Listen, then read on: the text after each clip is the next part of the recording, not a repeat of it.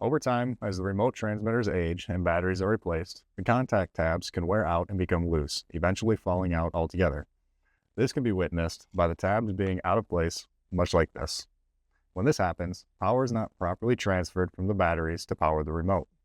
If you encounter this situation, it is a relatively simple repair.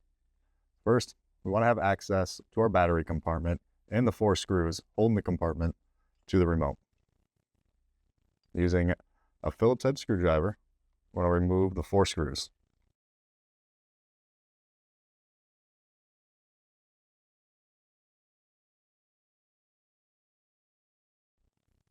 Once the screws are removed, we can remove the battery box, paying special close attention not to pull too hard, as the wires are short and fragile and damage can occur.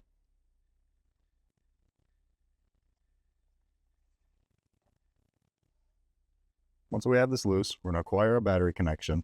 We're going to have the tabs on the outer edges on each side that are meant to grip the battery box, holding them into place. Following the direction of the bend, I'm going to bend them slightly with a pair of needle nose pliers to allow a better bite into the plastic. When installing back into place, we're going to make sure that the spring is in the larger opening in the compartment, sliding it down like so. Once in place, we're going to reinsert the battery box onto the remote, paying close attention to the wires not to get them pinched into the seams, causing any further damage.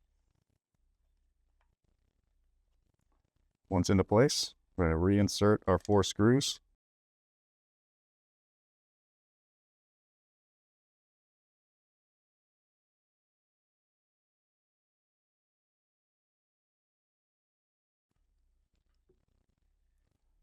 Once reattached, we insert our 3 AAA batteries,